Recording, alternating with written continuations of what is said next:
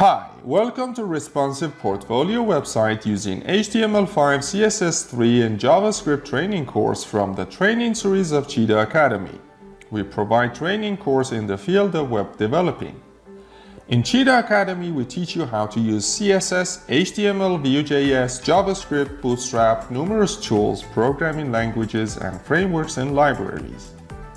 In this course, we will convert a portfolio template designed with Figma using HTML5, CSS3, SASS, Bootstrap5, and JavaScript. At the end of this course, you will be able to create a personal website for yourself, and while doing so, you will improve your skills in HTML, CSS, JavaScript, Bootstrap, and SASS.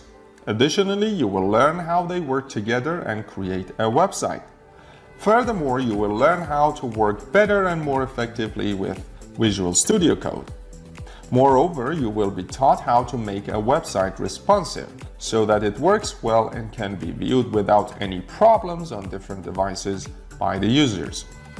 In addition, you will learn how to implement two modes, a dark and a light mode for your website.